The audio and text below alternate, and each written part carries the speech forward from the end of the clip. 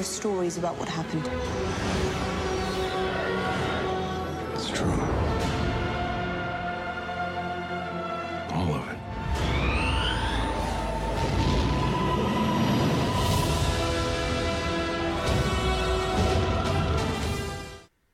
Hey guys, welcome to an episode of the Star Wars Canon Library. My name is Brian, I'm the librarian here at the Canon Library, and you heard the man. There were stories and they're all true. And speaking of stories that are true, I do have a review for you guys for today. This is a piece of material I didn't get my hands on until recently. I wasn't very interested in it, to be completely honest. I'm not big on all the short stories they're releasing that are canon. That's why I'm not really covering any of the stories that are in the Star Wars Insider, not Star Wars Insider. I think it is Star Wars Insider. The Star Wars Insider magazines. I'm not covering those. I'm not really doing the Servants of the Empire series yet. I'm toying with the idea of getting into those. And I've read a few of the short stories. One of them, the first one that came out, was The Perfect Weapon, and it was an ebook, and I bought it and I read it, and I wasn't, it was all right, but I didn't have a hard copy to put on the shelf until the paperback edition of The Force Awakens came out. So I went ahead and bought it to put it up there. But this one in particular, somebody told me I needed to pick this up because there were some really good stories in this book. And the one I'm actually doing is Tales from a Galaxy Far, Far Away, Volume 1, Aliens. Now, this book has 6 different stories in it.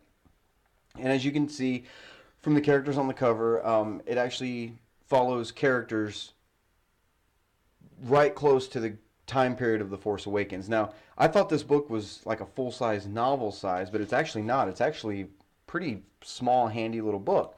It's not real big at all, to be honest. So, but there's 6 stories in this book, and this review is going to be non-spoiler up front. And then after I give my thoughts on the stories as a whole, then I'm going to go into spoiler territory, because there's some stories in this book that I need to talk to somebody about, and I need to talk to somebody, and you guys are the perfect audience. So, first off, like I said, there's 6 stories in this book, and they're called High Noon on Jakku, The Face of Evil, True Love, All Creatures Great and Small, A Recipe for Death, and The Crimson Corsair and the Lost Treasure of Count Dooku. Now, those are the 6 stories that are in this book. First off, there were... Hang on, which one of these was it? Alright,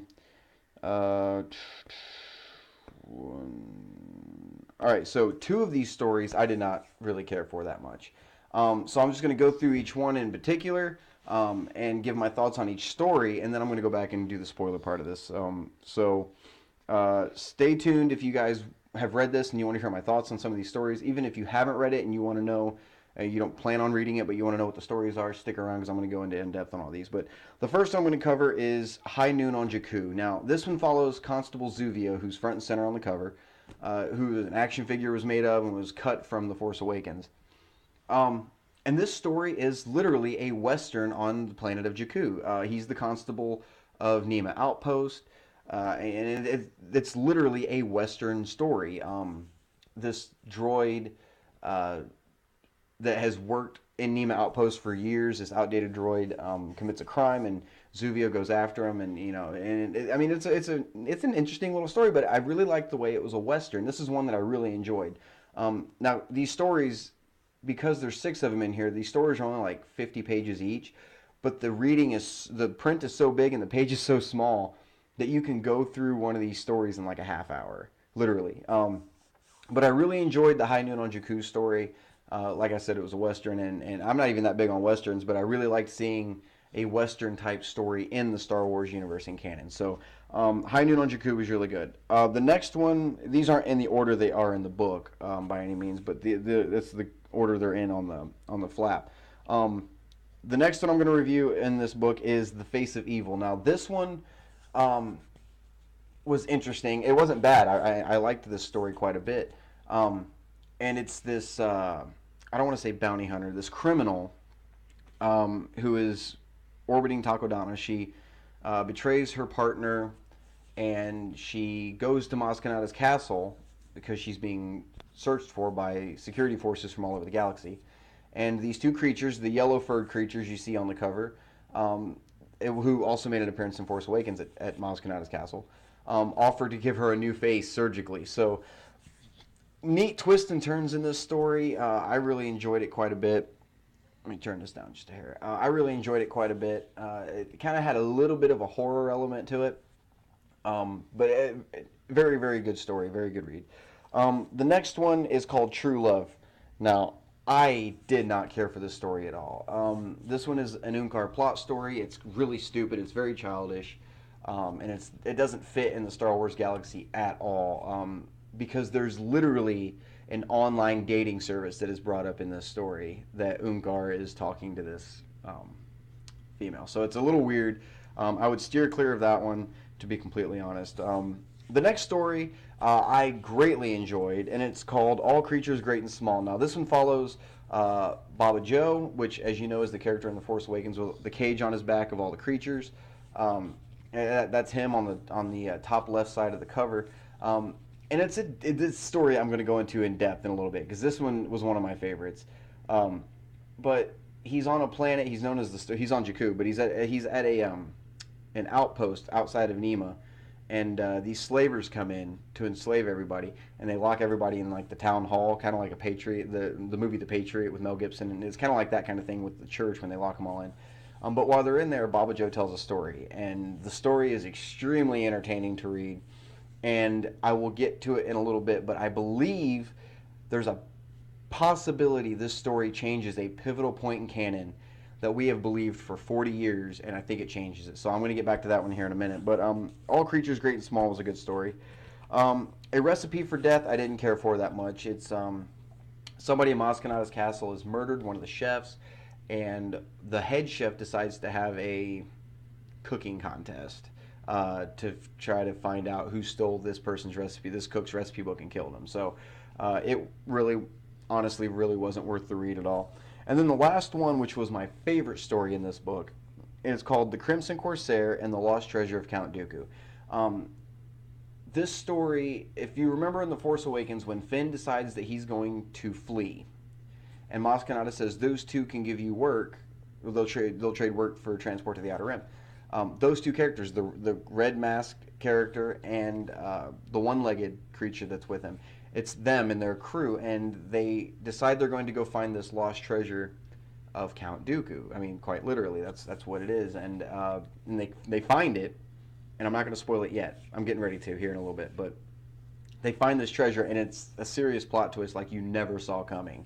But it changes the way you look at a certain character somewhere else in canon, but I'll get to there. Guys, excellent read. So, personally, since there's 6 stories in this book, and 4 of the 6 are great and 2 suck, it's definitely worth the money to pick this up, to be completely honest. That's really all I can say about it. They're just short stories that have nothing to do with the overall canon arc, the story arc of the Skywalkers or anything like that, or the Empire and the Rebellion or the Resistance and the First Order. It has nothing to do with any of that. But those 4 stories that I said that I enjoyed they were neat little reads and just little things to kind of add to the mythology. Now, that's going to be the end of the non-spoiler for this book, which I can't really see spoiling this book a whole lot. I know a lot of people haven't even picked this up, but I'm going to go into spoiler territory for just the ones that I really enjoyed, because the other 2, not a whole lot happened in them, and they're kind of stupid. But, there's a couple of them I want to talk about. And the first I want to talk about is this Crimson Corsair and the Lost Treasure of Count Dooku. Now, when they realize where the treasure is, it's on an old Separatist ship from the Clone Wars that has crashed on this planet. I don't remember what the name of the planet was. But they get there, and there's other pirates trying to get to it as well. But when they finally get to the treasure, and they think it's lightsaber crystals. They think it's like billions of credits worth of kyber crystals. And when they get to where the treasure is kept, it's actually an escape pod, a cryogenic escape pod that has a human being inside of it. And then when they thaw this person out, it's a Republic clone trooper from the Clone Wars. And then he starts ranting about how he needs to tell General Skywalker how all the clones have chips planted in their heads, and how Fives is the one that figured it out. But he needs to tell General Skywalker that Fives wasn't crazy and all this stuff. And I mean, it's really a neat story, and it's the clone trooper Kix from Clone Wars. It's Kix that is frozen in this thing, and it's really cool. It changes the fate of this character, and just adds to his character, to be completely honest. And somebody's trying to call me. Hang on just a second. Okay. Hang on. Okay. And I mean, it was a neat story, and they brought the clone trooper back into it, and I guess he became part of their crew. So that was a really neat story. But the one that really got me the most, and I even read it to Kirsty the other day because I needed her input on this, and I'd really like your guys' input on this too. After you watch this, if you guys want to leave your comments below with your theories or what you think is going on with this story, let me know, because I'd really like to hear what you guys think about this. It follows Baba Joe, and he's telling the story, like I said earlier, to these people, trying to keep everybody occupied while these slavers are outside, ransacking everything. And according to this story, he's telling a story about when he was a prisoner on the Death Star, the original Death Star. His creatures broke him out. It even talks about how one of the creatures saw a Wookiee escorted by 2 stormtroopers, and then blasters flying all over the place, and the prison block, or in the detention block. And then Baba Joe, because all this is happening with Han, Luke, and Leia, he has nobody bugging him, so he can explore the Death Star a little bit. And he hides in this closet, and he hears the rebels attacking it on the outside, the Battle of Yavin. So he sends his creatures out to sabotage the Death Star. And they get to this room where these creatures destroy this panel that will make the turbo super laser backfire on itself the next time it tries to fire and destroy the station. And they destroy this panel, this crystal computer. They come back to Baba Joe. He's like, maybe it's time to go. So they get on an escape pod from the Death Star, launch right past the Millennium Falcon as it's coming in to shoot, Vader's TIE Fighter. And as they're blasting away from the Death Star, the gun starts to fire and then explodes. Now, I don't know, because in the story, after he tells the story, everybody's like, well, you didn't do that. The Rebel Alliance blew up the Death Star. They even had a Jedi with them. And then he says, was it true or wasn't it? I don't know. Maybe. And the only reason I can think of them even putting this in here, I mean, the only way the story would make it into this book is if it was canon. Now, somebody can lie out their ass in canon. That's possible. But is there another element to the Death Star blowing up that we didn't know about until now? I mean, is it just a coincidence? Did the creatures not do anything and then they just thought they did? They thought they were the unsung heroes of blowing up the Death Star? I don't know. I really enjoyed the story quite a bit. And it makes you stop and go, what? No way.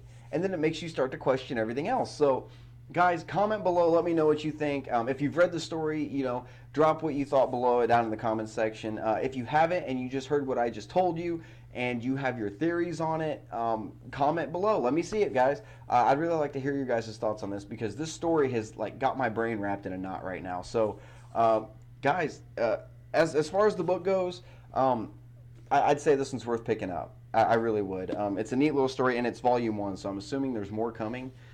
So I'm really excited to see what the next batch of this is going to be. So, guys, as always, my name is Brian. Make sure you visit us on Facebook at facebook.com/Star Wars Canon Library. And make sure to visit our website at StarWarsCanonLibrary.com. If you like this video, make sure to hit that subscribe button. There's plenty more videos coming from where this one well, I can't even talk right now. Coming from where this one came from. So, guys, until next time, this is Brian signing off, and may the Force be with you.